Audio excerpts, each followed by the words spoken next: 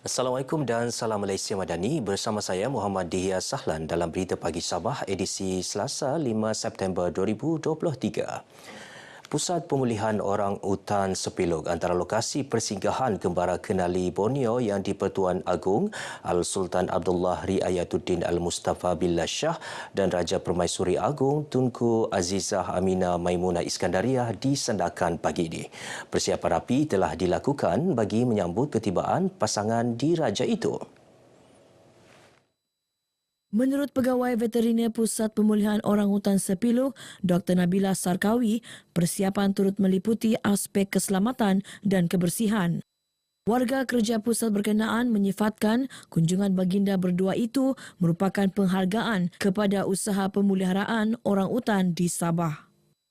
Saya rasa bangga sebab Agong telah memilih pusat ini sebagai salah satu destinasinya untuk kembara jelajah Borneo lah. Saya berharap agar segala urusan lawatan-lawatan destinasi Agong akan jalan secara lancar.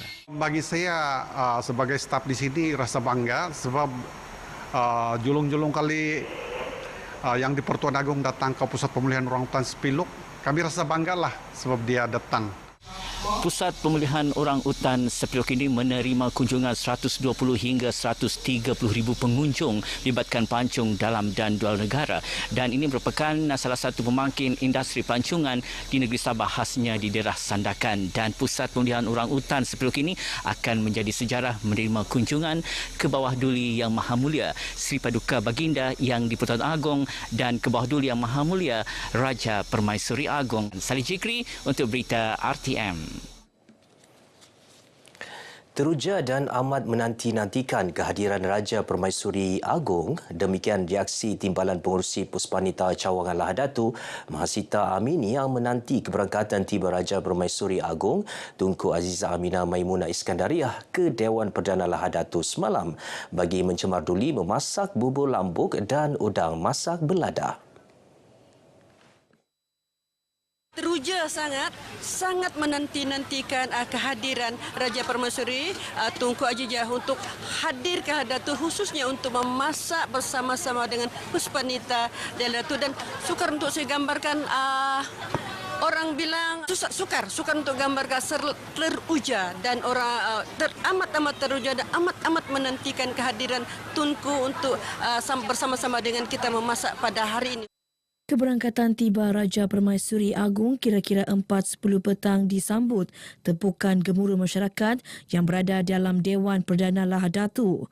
Raja Permaisuri Agong bersama Paduka Anakanda Tengku Puteri Jihan Azizah Atiyatullah turut berkenan bertemu masyarakat yang berada di luar Dewan. Pelancongan berasaskan komuniti mampu memberi impak ekonomi kepada penduduk kampung. Justru Timbalan Ketua Menteri Datuk Seri Panglima Dr. Jeffrey Kitingan mahu lebih banyak pusat pelancongan berasaskan komuniti dapat diwujudkan di negeri ini. Kita beruntung dan pelawat juga akan beruntung untuk melawat kawasan ini yang akan juga membantu komuniti kita mewujudkan peluang pekerjaan dan meningkatkan ekonomi dan juga pendapatan mereka. Datuk Dr. Jeffrey ditemui pemberita selepas merasmikan Taman Rekreasi Kintup Kampung Tikolot, Tambunan. Sementara itu, Presiden Pelancongan Tambunan, Patricia Philip Kitingan berharap para penyedia pusat pelancongan berasaskan komuniti di Tambunan dapat mempelbagaikan aktiviti mereka bagi menarik kedatangan pelancong. Selain daripada itu juga pengalaman untuk mencuba menyediakan makanan, pelbagai jenis makanan tradisi, minuman tradisi dan bermacam-macam aktiviti seperti aktiviti hiking ataupun pergi mengutip buah dan juga pengalaman untuk bercocok tanam contohnya. Penduduk kampung Matanoi Keningau kini menikmati kemudahan Dewan Mini menerusi peruntukan Ahli Parlimen Keningau Datuk Seri Panglima Dr. Jeffrey Kitingan. Menurut Pembantu Menteri Kerja Raya Datuk Robert Tawick, kemudahan berkenaan bagi memudahkan pelaksanaan aktiviti penduduk kampung. Seperti mana permintaan daripada pengurusi JKK, ada beberapa kemudahan-kemudahan yang perlu diperlukan oleh rakyat sini, kita sentiasa mempertimbangkan dan membantu mengikut keperluan dan peruntukan. Datuk Robert yang juga adun Bingkor ditemui pemberita ketika perasmian Dewan Mini Kampung Matanoi di Keningau. Sementara itu, penduduk kampung yang ditemui gembira kerana kini mempunyai ruang selesa untuk mengadakan pelbagai program dan aktiviti. Kami sangat-sangat berterima kasih dengan terbinanya Mini Dewan ini. Kami sudah mempunyai tempat untuk melakukan aktiviti-aktiviti kemasyarakatan. Nangkau sikau utama bagi pihak da kampung dah itu insan pakagu dot menangkau sikau yahai dot tahu gina da kedua di doktor Dato Robert Tawik nangi. Kira-kira 5 tan sampah berjaya dikutip sepada program gotong royong membersihkan kampung Pulau Mabul di Pulau Mabul Semporna. Program dijayakan Majlis Daerah Semporna MDS dengan kerjasama penduduk kampung dan pelancong. Pegawai Daerah Semporna Alexander Liu berkata, gotong royong ini merupakan antara program kebersihan yang dirancang MDS bagi memastikan isu kebersihan tidak menjejaskan sektor pelancongan daerah. Untuk memberi pendidikan dan kesedaran kepada penduduk kampung tentang pentingnya kebersihan di Pulau Mabul ini, memandangkan Pulau Mabul ini adalah terkenal sebagai pusat pelancongan bukan saja di negara kita tapi sudah ke peringkat antarabangsa. Beliau ditemui pemberita sempena program gotong royong ini yang turut dihadiri Pegawai Eksekutif MDS Ali Adam Hamzah. Menurut Alexander, pada masa akan datang, keadaan gotong royong di kawasan kampung dibahagikan mengikut zon dengan setiap zon mempunyai pusat pengumpulan sampah. Katanya MDS memandang serius kenyataan Kementerian Pelancongan Seni dan Budaya MOTEK mengenai amaran notis merah kepada Semporna sebagai tindakan terakhir jika aspek kebersihan, keselamatan dan keselesaan pelancong tidak ditangani. Sementara itu, Ketua Kampung Pulau Mabul Muhammad Yusof Jalal berharap program ini dapat mendidik penduduk kampung membudayakan amalan kebersihan. Selaku Ketua Kampung Pulau Mabul dapat menghadiri cadangan untuk kedatangan Tuan DO dan MDH pada pagi ini untuk membincang ataupun membuat satu untuk pembersihan di kampung supaya kampung ini dapat bersih. Malang tidak berbau, kemalangan menimpa tanpa diduga. Insan terlibat kemalangan sehingga hilang kudrat bekerja pasti lelah meniti kehidupan. Namun di sebalik musibah, masih ada sinar cahaya.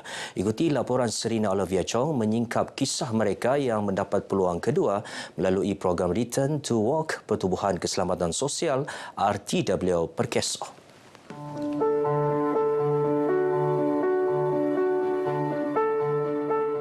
Setakat Jun tahun ini, Perkeso menguruskan 514 orang berinsurans di Sabah dan 309 daripadanya telah kembali bekerja sementara bakinya dalam proses pemulihan.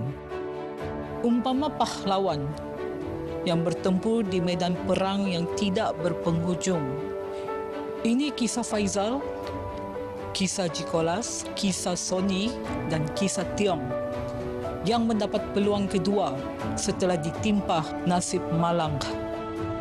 Menjadi pencarum Perkeso, orang berinsurans yang ditimpa kemalangan layak menjalani pemulihan di Pusat Rehabilitasi Tun Razak Perkeso bertaraf antarabangsa di Melaka atau pusat terpilih sehingga mencapai tahap berdikari optimum.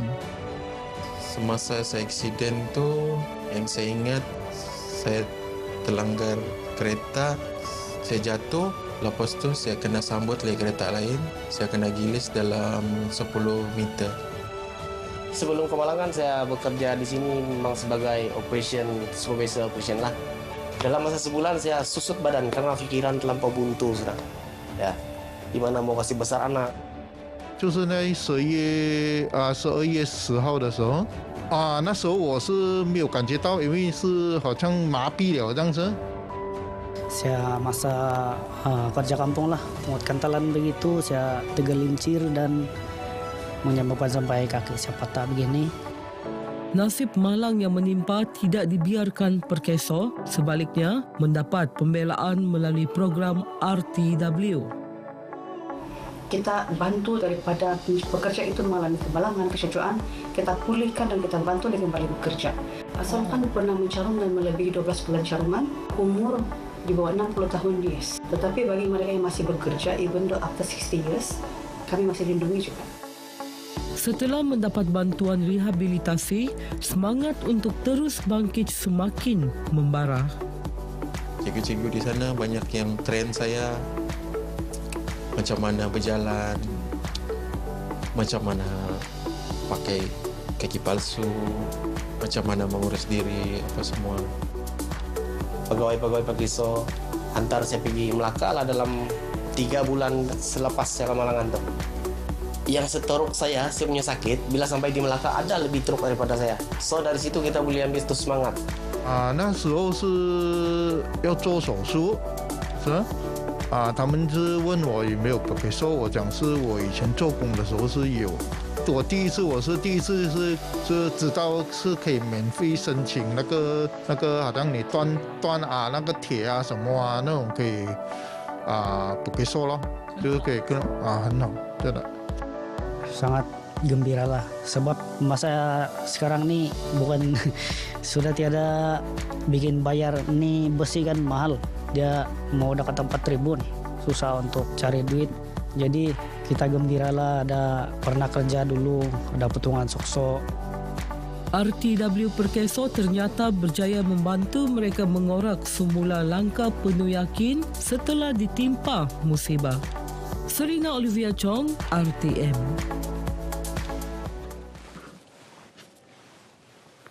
Baik saudara, sekian dahulu berita pagi Sabah, menyusul selepas ini berita pagi Sarawak. Saya Muhammad Dihya Sahlan, Malaysia Madani, tekad perpaduan penuhi harapan. Assalamualaikum dan salam hormat.